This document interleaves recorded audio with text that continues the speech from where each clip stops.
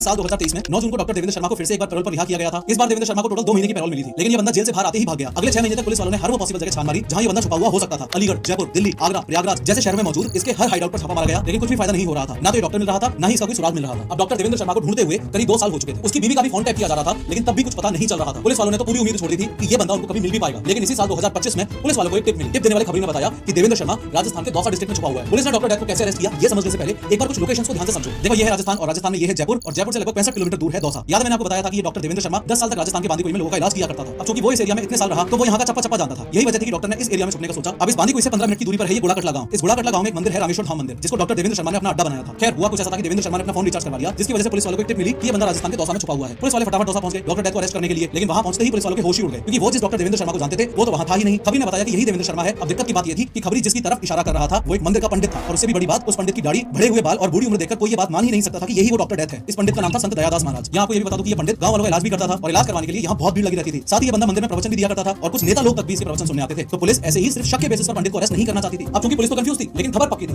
इसलिए पुलिस ने ठोस प्लान बनाया। प्लान ये था कि पुलिस यहाँ गांव वाले बनकर रहने लगे और उस पंडित की हर एक्टिविटी पर नजर रखने लगे। सबसे मजे की बात, पुलिस वाले उसके प्रवचन भी सुनने जाते थे और उससे दवाई भी लिया करते थे। कुछ दिन गुजर गए, लेकिन कोई सुराग हाथ नहीं लग रहा था और पुलिस वालों को अपना ये प्लान फेल होता हुआ नजर आ रहा था। अब चूंकि नॉर्मली डॉक्टर को पकड़ पाना तो मुश्किल था, क्योंकि उसका लुक काफी ज्यादा चेंज हो चुका था। तो पुलिस वालों ने फाइनली उस डॉक्टर की पुरानी फोटोज और वीडियोस को पंडित की फोटो से मैच करना शुरू कर दिया। यहाँ एक कैच है, इंसान चाहे कितना भी रूप बदले, लेकिन अपनी आंखों और नाक का असली शेप वो नहीं छुपा सकता, क्योंकि ये बदलते नहीं है। और अपनी आंखों और नाक की ही वजह से ये डॉक्टर डेथ पहचानने में आया। अब पुलिस को पक्का यकीन हो चुका था कि ये पंडित ही डॉक्टर डेथ है। बिना देर किए फाइनली पुलिस ने उस डॉक्टर डेथ को अरेस्ट कर लिया। बाद में पूछताछ में पता चला कि मंदिर वालों को एक पंडित की जरूरत थी, पर उनके पास इतना पैसा नहीं था और इस डॉक्टर ने फ्री में काम करने के लिए हाँ कर दिया था। इसी रीजन से गांव वालों ने ज्यादा जानकारी लेना जरूरी नहीं समझे। मोरोवर मंदिर में इसने एक ओल्ड एज होम खोलने के लिए वहां की ग्राम पंचायत से भी परमिशन मांगी थी। मंदिर में इसने हर जगह एसी, कैमरा, टीवी वगैरह सब कुछ लगवा दिया था। अगर ध्यान से देखोगे तो डॉक्टर